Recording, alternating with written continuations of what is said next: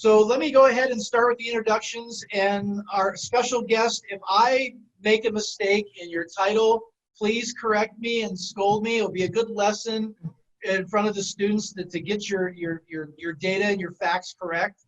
So we're going to start with the ladies that have joined us. So first, the Senior VP of Communications with Tandem Sports and Entertainment coming out of Washington, D.C. is Meredith Geisler. She is a WashU alum. Meredith, thank you for being with us this morning. Thank you for having me. And coming from, the Senior Manager of Digital Strategy for the New York Yankees. Steffi, did I get that correct? Close enough. Senior Manager of Digital and Social Media Strategy.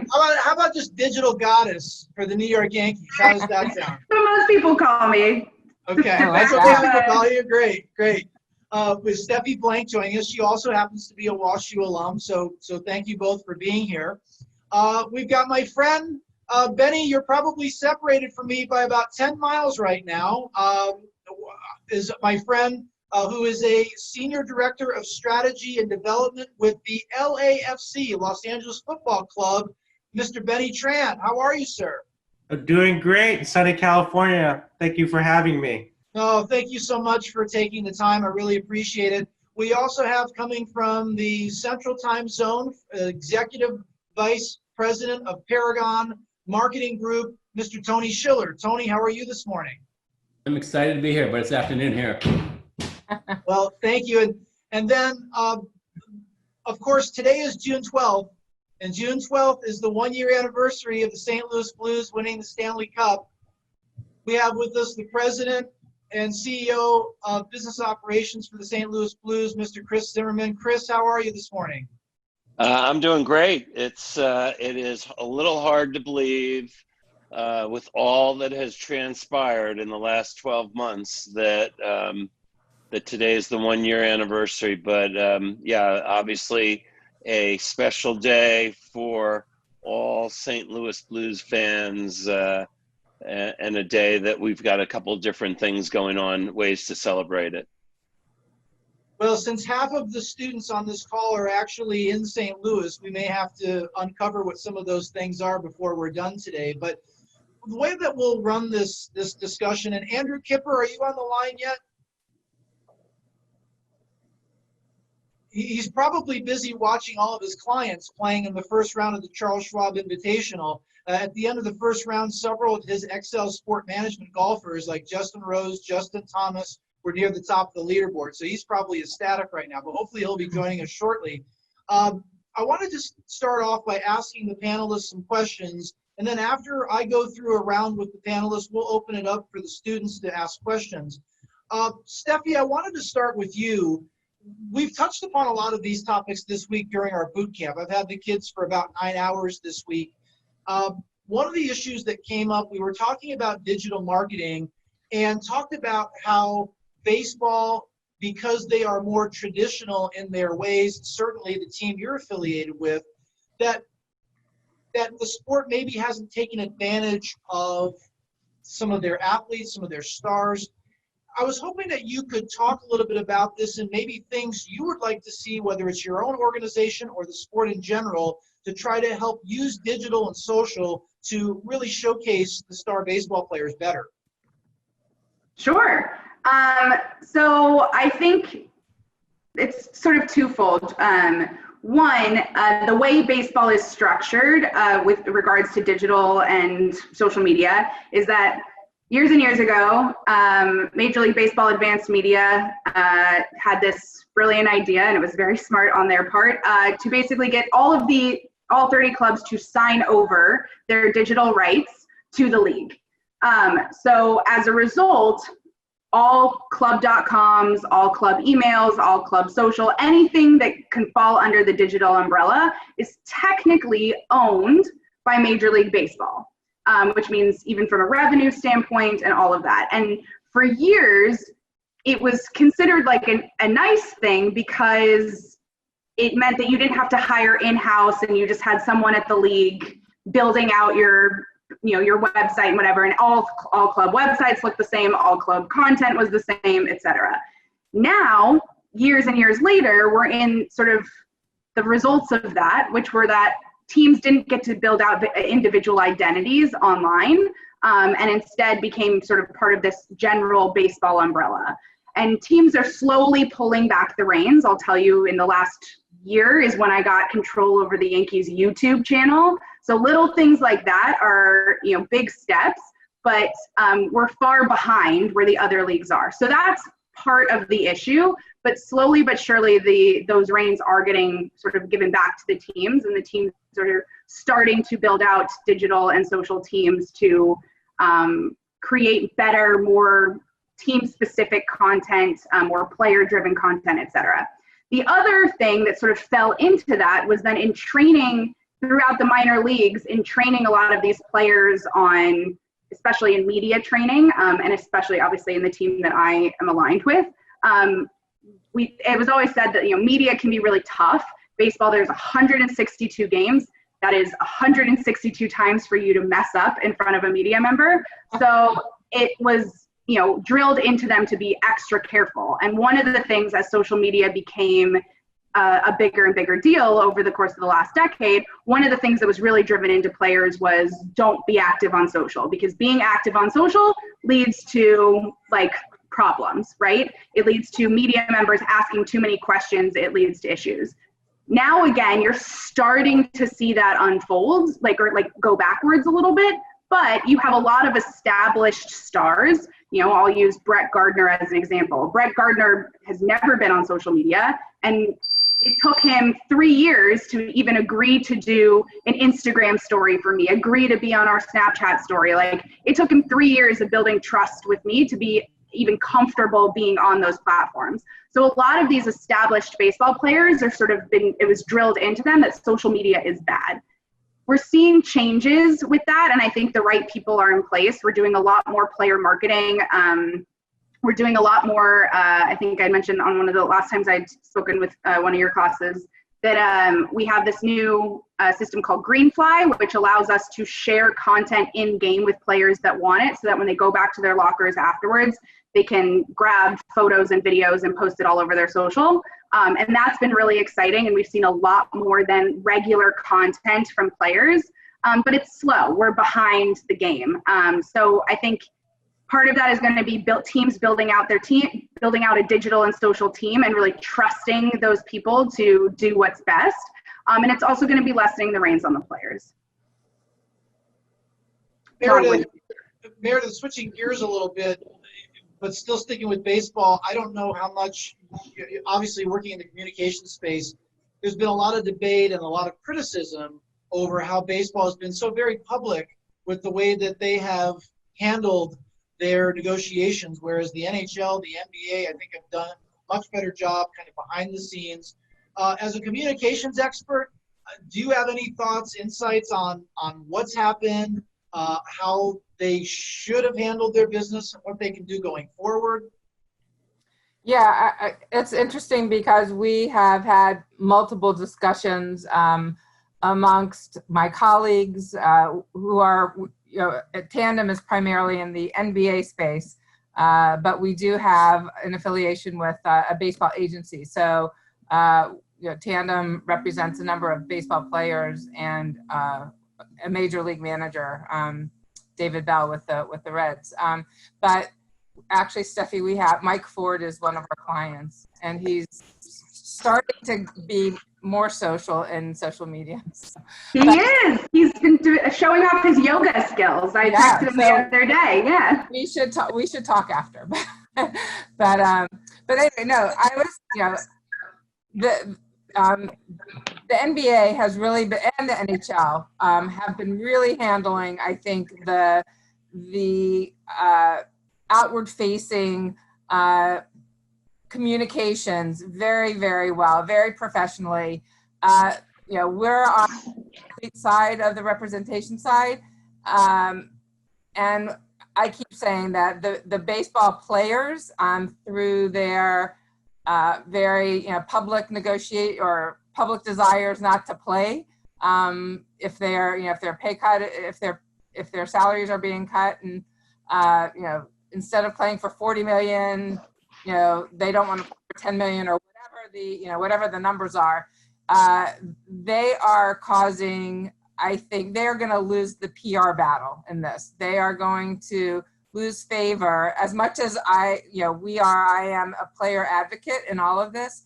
I truly think the baseball players are going to lose a lot of favor in the public by the stance that they're taking. And, understandably, it is, as a player agent, it's a very appropriate stance, but people really want to see baseball and don't get when, they're out of their service jobs and they're out of all sorts of, every industry is losing money and every industry is losing, has lost jobs, so much unemployment. To hear a baseball player say that they don't want to play for $2 million or whatever is a bad look. So, but now with the back and forth, the owners aren't looking much better. The clubs aren't looking much better. So I think baseball right now is really going to suffer from a black eye.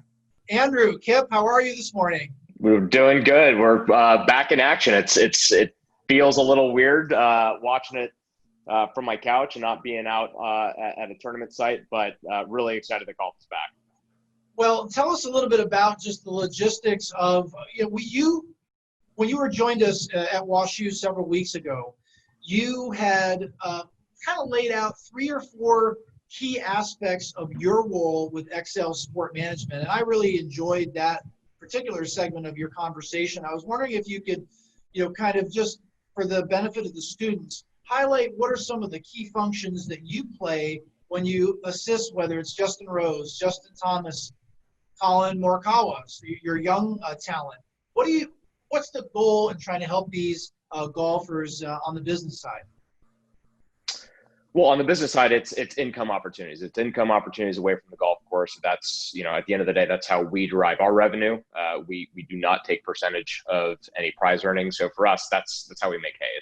It's all on the sales front. But, in the climate that we're in right now where sales opportunities are few and far between, it's really been our role has morphed a little bit where the 2 real important functions have been relationship maintenance, quite frankly, making sure that their sponsors have what they need, are getting the kind of support that, going really, quite frankly, above and beyond whatever we had negotiated for, just to try to mitigate any sort of downfall from the economic climate. So we've been relatively successful there. But then the other half is really playing the role as our players' front office. Golf is an independent sport where you don't have the benefit of a team's front office to rely on for logistics support. So when it comes to the return to golf, the new protocols that are in place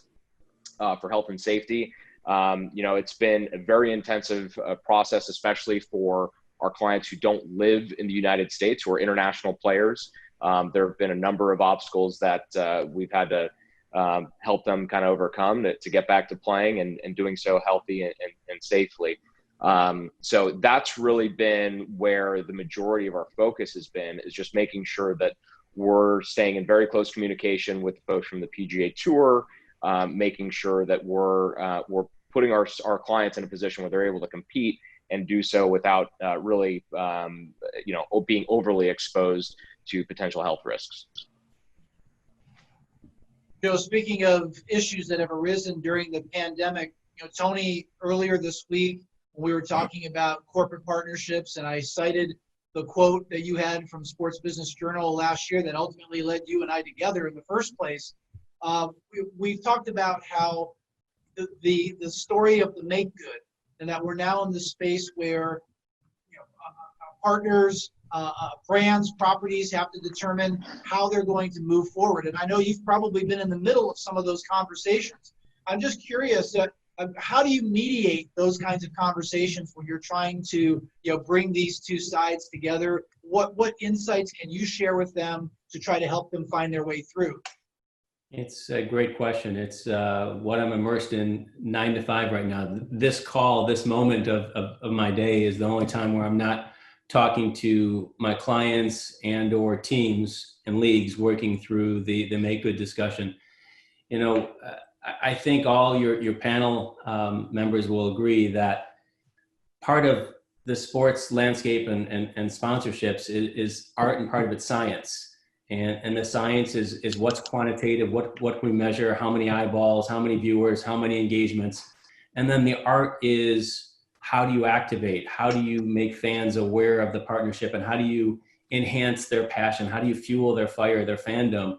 And each relationship, each team is different. The way the New York Yankees manage their partnerships, and Steph, I've known Mike Tuziani for 20 plus years. He's a character. What's that? He's a character. Yes, but each team is different and each brand is different. So what you have in each partnership is a microcosm that you have to negotiate differently. And some teams are willing to do more things. Some teams are willing to just give a refund, and some teams aren't willing to give a refund. Some brands don't want a refund. They want more assets. So it's a very strategic, creative process that you have to be very individualized. But at the end of the day, what we're challenging our clients with is the reason why you entered into these partnerships is people have passion for their favorite team. And you're trying to enhance that passion by giving an experience, content, opportunity, access. And the challenge right now is the teams want to move quickly and just check a box. And no offense to Steph, teams are trying to give very templated products to everybody. Here's a banner ad. We're going to put your banner ad area. We're going to put 6 different logos around the pitcher's mound. And some of that may have value, but some of it may not have value for this brand or that client. So it's just a very challenging process, and we're trying to do it with respect and maintain healthy, genuine relationships. So it's a lot. Chris, obviously this has been an amazing year when you reflect back on, again, a year ago today, you were in Boston having the time of your life. But going back to when you joined the team in 2014, there really has kind of been a metamorphosis in just the way the organization has been run. And it may not be something that you could paint a broad brush and point 2 or 3 things that you've done or your team has done on the business side to improve the business fortunes of the Blues. But if you had to reflect on what those 2 or 3 things would be, what was it that you saw when you came to town that you felt needed to be improved? Yeah, so thanks, Patrick. I think, the history of the Blues, the simplest thing I always tell people is great fan base, very committed. The team has really built the sport in our city, but the financial outcomes over the years were pretty dismal over time. We've had, in 52 years, we've had 8 ownership groups, and virtually every one of them has exited because the business, the cost of doing business and keeping the Blues going just wasn't working. And so I think when Tom Stillman's group took over, it really started a process of building a financial model that was going to be able to work for the long term. And that's really been a key piece of, I think, what we've focused on. A couple of key things. I think the biggest thing when I got there was when you're resource short, which our business team always had been, there's a sense that you're playing defense. You're just trying to get by. You're just trying to do enough. And I think the biggest thing, if you will, attitudinally that we changed was we went on the offense, and we pushed ourselves to not limit our thinking. And so that moved us into being a much more content-oriented organization. I think our service levels around both our partners and our fan base completely changed. And then I think, as you know, the other big thing we did was we took our facility, which again, same thing, resource strapped, hadn't been invested in, and we've put $150 million into really reimagining the facility. You put those things together and people, you sort of walk into work each day with your head up a little higher, and that really flows into all the activities that we've had in the community. Exactly, and certainly the upgrades to the facility have made a huge difference to just the fan experience. I can speak to that firsthand. Benny, come back to you. Obviously, your facility in downtown Los Angeles, beautiful, one of the best soccer-specific stadiums, arguably, in America. But I had asked the question earlier about if you go back and look at the beginning of it all for LAFC, which I believe was the 2018 season, the team has had instant success on the pitch, but also off the pitch. And I'm just curious, as you reflect upon how that all happened, what are 2 or 3 things leading up to that first year that really helped lead to the success that the team has now seen from a business perspective? Yeah, I mean, early on, I was number 6 in the company, and I started the day when we started the organization. And I think there were a lot of people who did not come from sports, actually in many different verticals, including sports. And we approached it as we had a branding person, marketing, social science, and it was a compilation of a lot of different people viewing the world in a different way. And people thought it was impossible for us to be successful. One, the Galaxy has been around for, at the time, 15 years, won 5 championships, 2 NFL teams were coming in. But actually, we saw an opportunity, and it was through research, understanding the market, understanding our sport, and understanding what our sport could be and what it could mean to the community of Los Angeles and what the sport could mean to Americans here in this country. Some of us spent a lot of time abroad and understood what the passion of soccer means among the people and how it represented people in their home country or their hometown. So we tapped into that, and we made sure that it wasn't based on our players, but it's a brand. It was going to be an organization that represented Los Angeles. Now, our theory was to be proven. We made sure that we went out to have a purpose. We went out and saying, hey, we're going to be the team that unites the world city through the world's game. And we enrolled fans early. We didn't do focus groups. We did do focus groups very early on, but what we did was we enrolled them in design thinking sessions, really heard them with our supporters at North End. If you watch the videos, they're crazy. They're, in our stadium. But that started off with 10 people at a cafe that evolved into a relationship that, we helped them with a lot of developing their organization, but they brought their game on, and now they're more than, 6,000 strong, and they're singing and dancing all the time and organically grown. And so we built the team, the branding, the community all together, and it's also represented at our building, and it all came together beautifully. But it was about listening to the community and doing things for the community. And we knew that was part of our success in how this was going to go. And when we opened up in 2018, it was jam-packed. And we're very lucky to be here where we are today. And the performance team has gone along with it in terms of performance and winning. And we really enjoyed everything since then. And I think now our main model is to bring joy to people. In our stadium and otherwise in our community. And what you see now, and our engagement with our fans is completely digital. It's all digital. We only have one billboard that's traditional marketing buy. But what you see now is communities developing outside of our orbit, like the LAFC Run Club and the LAFC Film Club. It's all about building community for us. It's not focused on any particular player.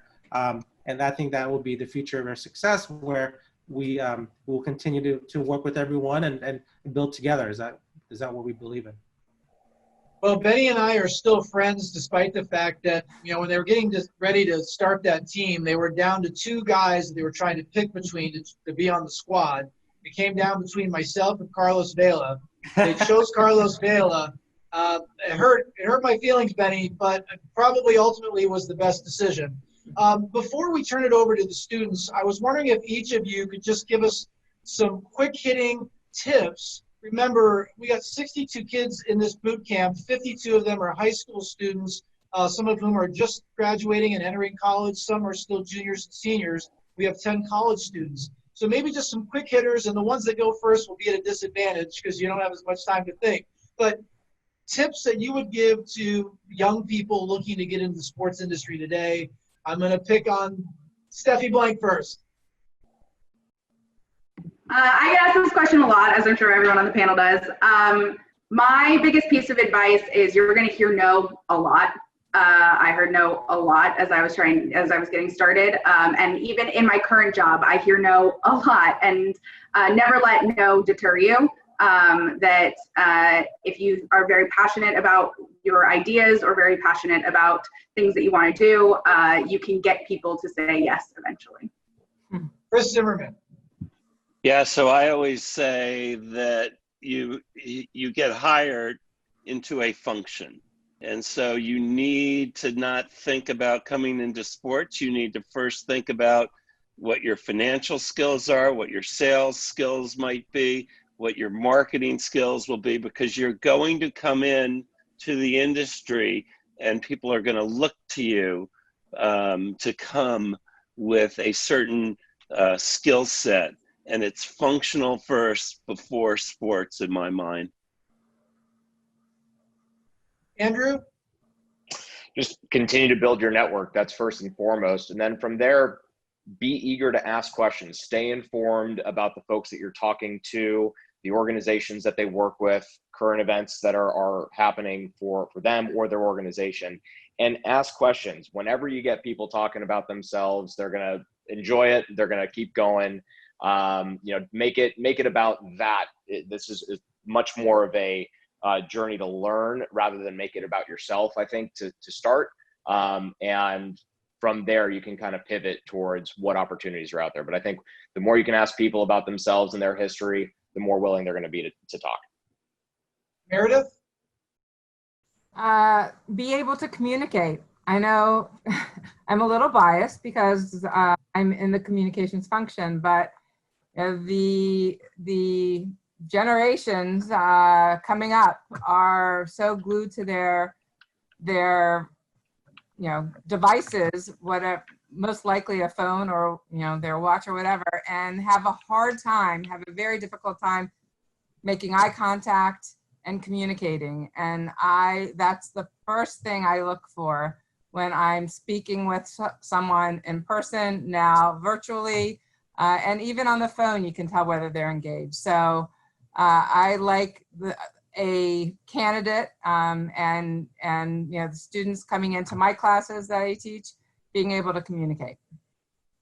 Make eye contact, but don't wink, right, Meredith? No, none of that. Yeah. Okay. Two eyes. No winking. No winking. Tony. I'm going to share two thoughts. One, a lot of people will say they want to work in sports, which is great, but sports is a massive industry with so many different lanes and directions you can go in. You can work for a team, you can work for a league, you work for a conference, you work for an agency. If you go the team route, you can be in community relations, you can be in game operations, you can be on the team side, you can be in analytics, you can be in ticket sales, sponsorship sales. So to the extent that you can get exposure and start to understand where there's a little bit of parallel between your skill sets and your ambition and position. So when you say you want to be in sports, you can also articulate, I really would like to be in promotions, or I really would like to be in community relations, and be able to suggest why. And those paths may change over time, but to be able to really define, not only do I want to be in sports, but here's what I want to do and here's why. Too often when we interview people, we hear, I've been in sports my entire life. I played high school basketball and I just want to stay in sports. I love basketball. We're not looking for a point guard for our community rec league basketball team. We're looking for people, as Chris said, people that can add value to our business affairs. So really think about what lane you want to be in. And as I said, that can change over time. And then the second thing is, don't be afraid to be bold. Whether it's introduce yourself, or as Andrew said, ask questions, or share an idea. When I was young and coming up, starting working for teams, I was afraid to introduce myself or afraid to share ideas sometimes. And don't hold yourself back. The world's going to hold you back. Your boss is going to hold yourself back. Don't put any restrictions on yourself. Let other people do that. Don't be afraid to be bold. And Benny? One word for me is empathy. Whatever you do, and kind of like throughout thematic, what everyone has said, empathy, the ability to understand the perception of the other person of any problem in a situation is critically important. putting yourself in other people's shoes, whether, sports is a nuanced business. We deal with human beings.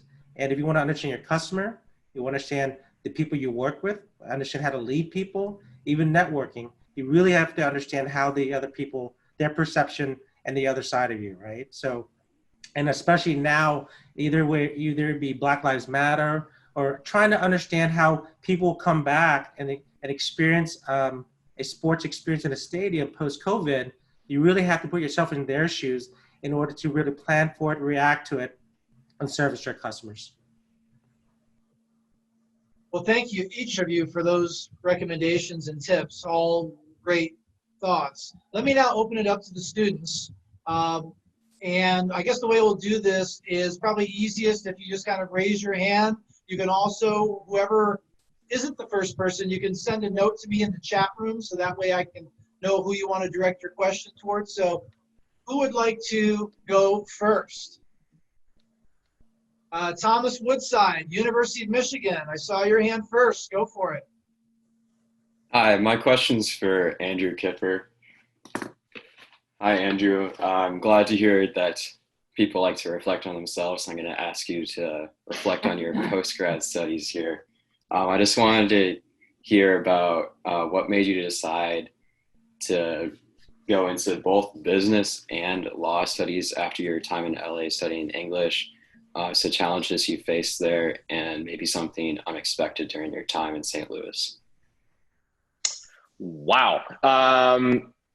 Well, so it's pretty simple. So in terms of my path towards my post-grad education, I was very fortunate. My uncle was the chief marketing officer for a boutique basketball agency while I was growing up. And I recall the day of my senior prom in high school, he took me to play golf with a kid who was coming out of Duke named Jay Williams, who was, anointed to be the next great coming into the NBA.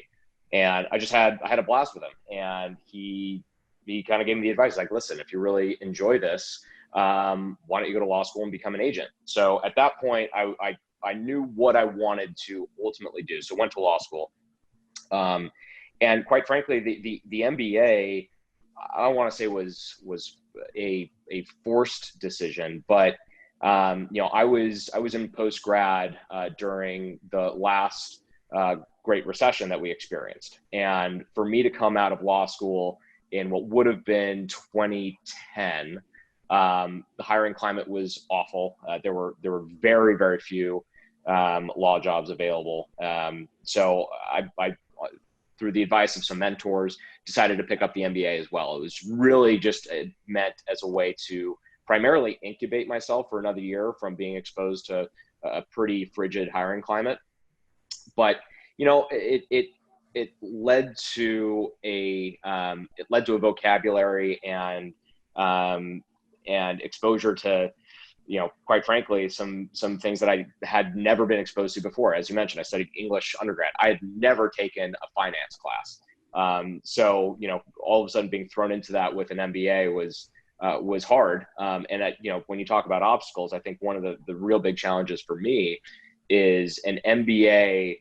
One of the things that I really didn't like about that education, to be totally frank, was if you're, Dr. Reish, and you're trying to talk to your class and think about who your students are, and you compare it to law school, for example, in business school, you've got kids like myself who had zero exposure to finance, and I'm in the same class as someone who spent 6 years on Wall Street. So how do you develop a curriculum that reaches both?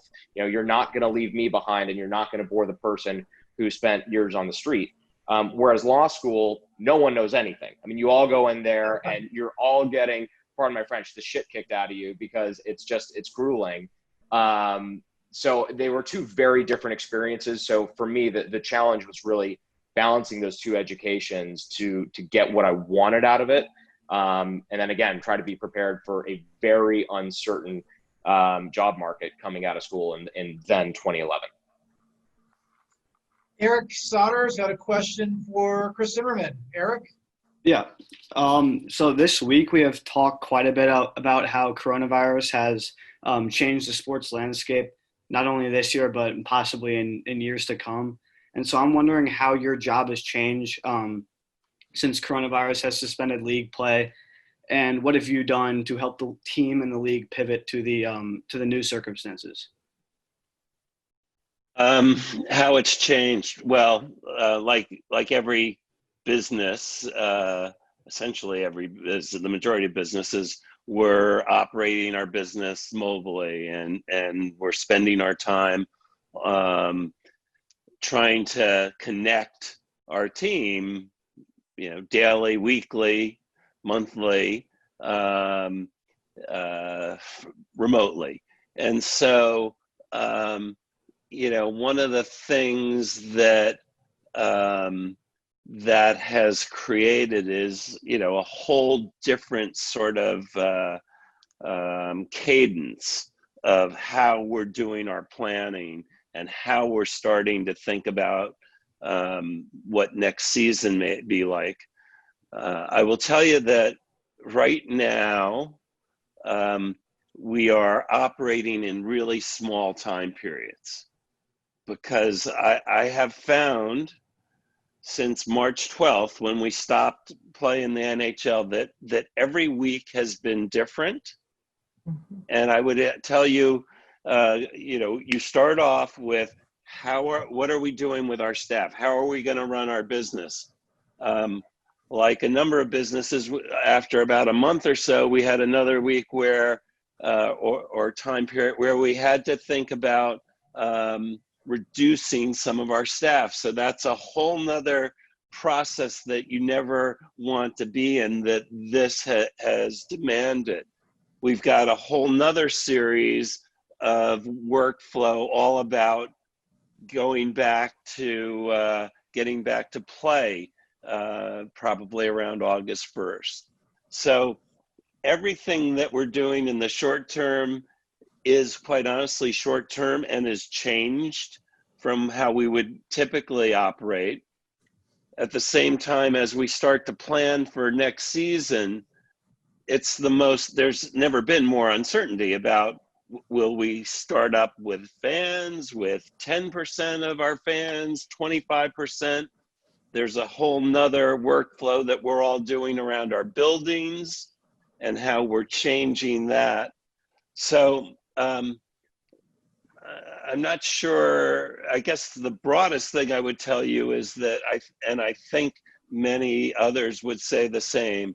The amount of disruption and the amount of that we're challenged as leaders to think differently, and again, to think, quite honestly, in very short periods of time, is like nothing I've experienced in my 40 years in business. We've got a question for Benny and then for Tony. Drew Wunderlich, you want to ask your question for Benny? Yeah, I want, obviously, you and Dr. Rich made a joke about Carlos Vela earlier. How important are individual players to the marketability of a whole team? And do you think that in the MLS, the international player cap is in the way of progress in the league? It's a very interesting question, because I think different teams in MLS have different approaches. You see that LAFC in Atlanta, we've taken a different tack. We're recruiting younger players. It's more about the game. It's more reflective of South American and European soccer. So you see that wind of change that's happening now. And from a business standpoint, we've always reminded ourselves, again, I talked about community, but also protecting yourselves from the downside of losing. That's also protecting yourselves the downside of losing a marquee player. So we don't really want to focus all our energies on a single player from a marketing standpoint. And so I think that's very different from the other leagues, but I think this is where we're distinguishing ourselves differently with our fans and our community. And again, the average age of our fans are a lot younger, right? So we are able to grow from that point. But from the player standpoint, it's very interesting how the league was born and with the salary caps. But I think that now if you're looking at, again, back to the winds of change where we're focused on younger players, I think as the base increase salary for players increases, meaning that the level of play will increase as well, not just based on retirees from Europe. And I think that's all only good for us in the future. All right, thanks. So Nathan Turtledove, you have a question for Mr. Schiller. Yes, first of all, thank you so much for being here with us. Mr. Schiller, you've had a lot of experience in the sports industry, whether it's with the Cavaliers, the Wolves, or simply the industry itself. How did you take that experience and bring it to Paragon, and how do you incorporate the music into your marketing platforms? That's a great question. Thank you, Nathan. One of our fundamental principles as an agency is we don't position ourselves as a sports marketing agency or a sports sponsorship agency. We look at it as it's all about engagement. We want to understand who our clients are targeting, whether it's Gatorade or General Mills or United Airlines. Who are our clients trying to target? Who are they trying to engage? And once we know who that group is, we look at what that group loves. Where are the affinities? Where's the passion?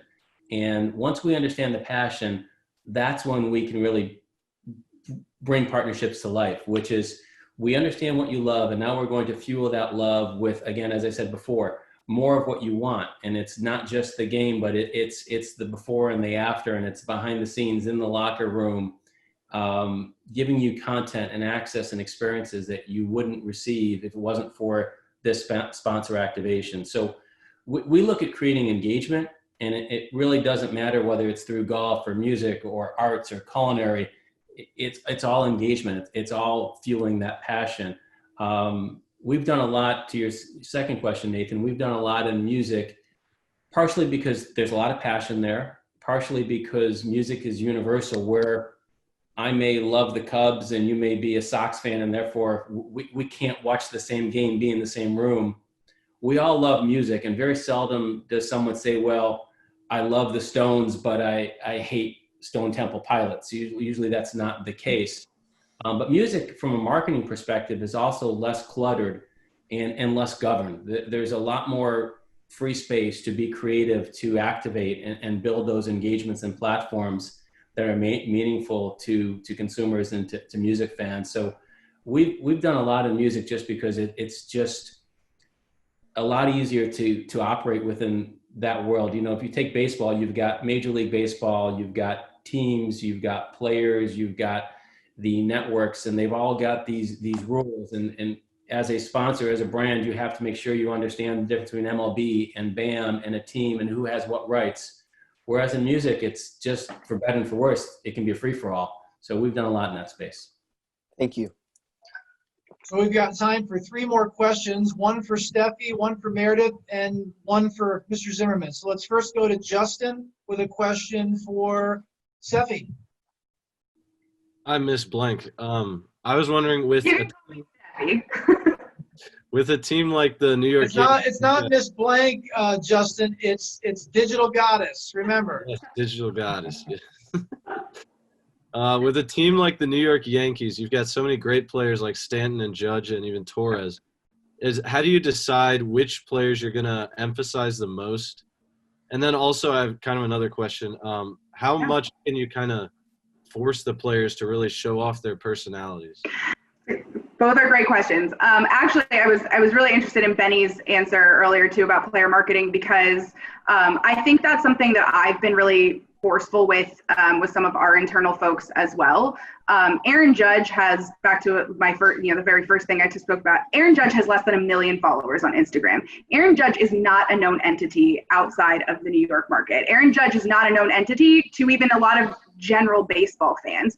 We think as sports fans a lot of times, and we think sometimes in terms of the New York Yankees, that Aaron Judge is like this bigger than life person, and he's not.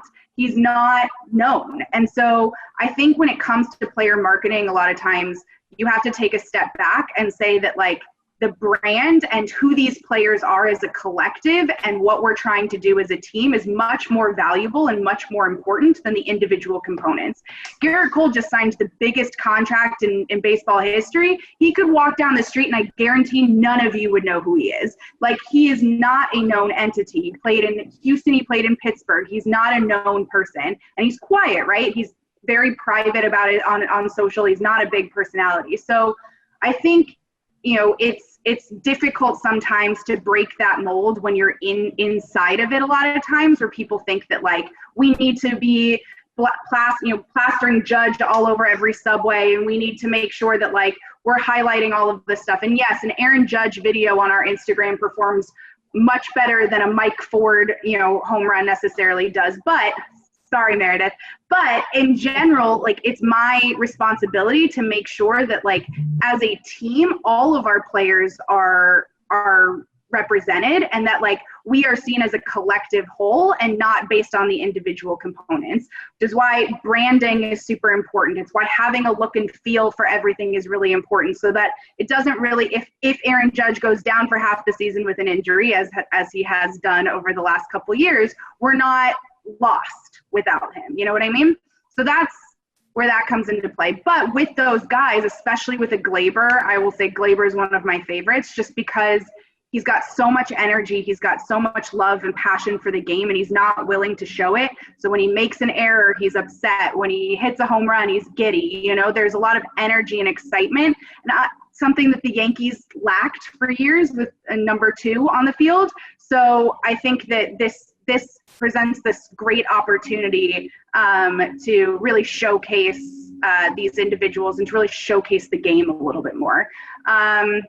Your other question was about, I totally forgot it, and we can go ahead, Justin. Yeah, it was how much can you really like force a specific players to show? I can force. The certain players are going to be much more malleable to it, right? So like a Glaber Torres is going to be pretty much willing to do whatever I ask him to do. Aaron Judge, not so much. But if I can prove value to him, and I can say, hey AJ, like, by doing this, you're going to get this X boost on your social, or or I can work in a sponsor. So he has partnerships with Sharpie. He has partnerships with his foundation, and I can make something that, the All Rise Foundation, and make it incorporated with that. He's going to be much more willing to do it than if I'm just like, oh, will you like do a takeover for us on Instagram story during batting practice? So it's being creative. It's understanding the personalities, understanding also like who might have had a bad game the night before and that you're just going to leave alone for a little bit. Baseball is like that, where because there's so many games, you just have to be really malleable and flexible with your plans. So we have a question for Meredith from Jillian Ward. Jillian, what's your question?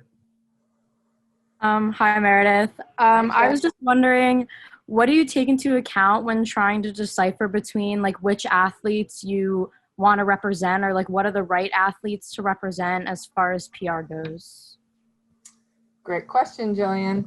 So we are in a great position, similar to Andrew and Excel, that we can be pretty picky about who we represent. We really look for high character athletes, almost more than what their on the court accomplishments are. And if they are high character and great athletes, then that's a perfect combination for us. So we're very selective in who we recruit. We don't cast a very wide swath when we are recruiting. So there are years that we don't get someone. Last year we got the number 2 pick in the NBA draft, Ja Morant, who is a very high character, and hopefully rookie of the year this year in the NBA. This year, we have much less high profile players. So that's really what we look for when we are recruiting.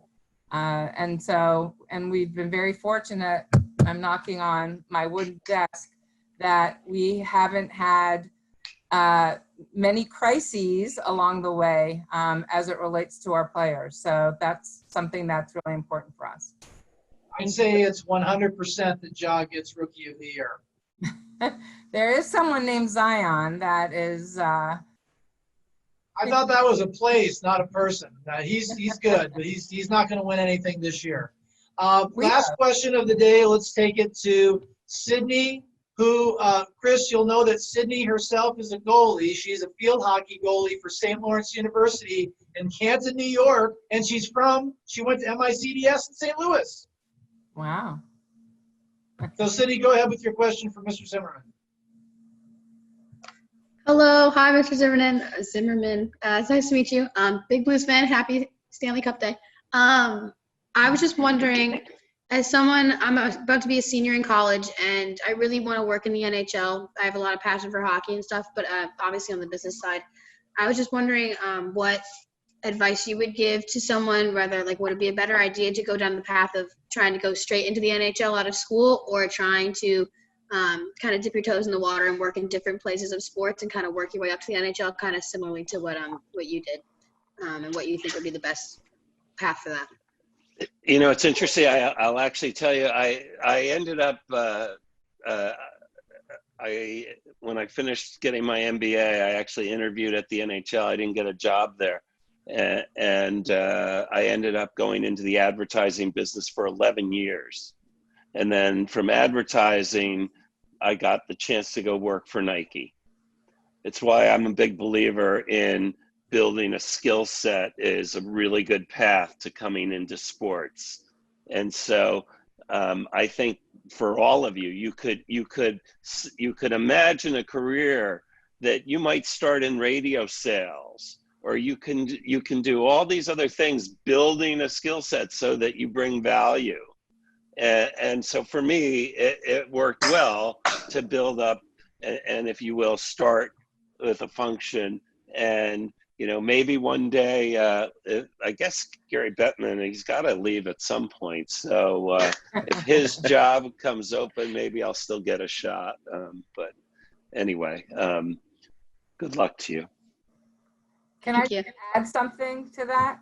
Yes, Meredith. It's not, obviously I don't have a connection to the NHL, but pursue everything.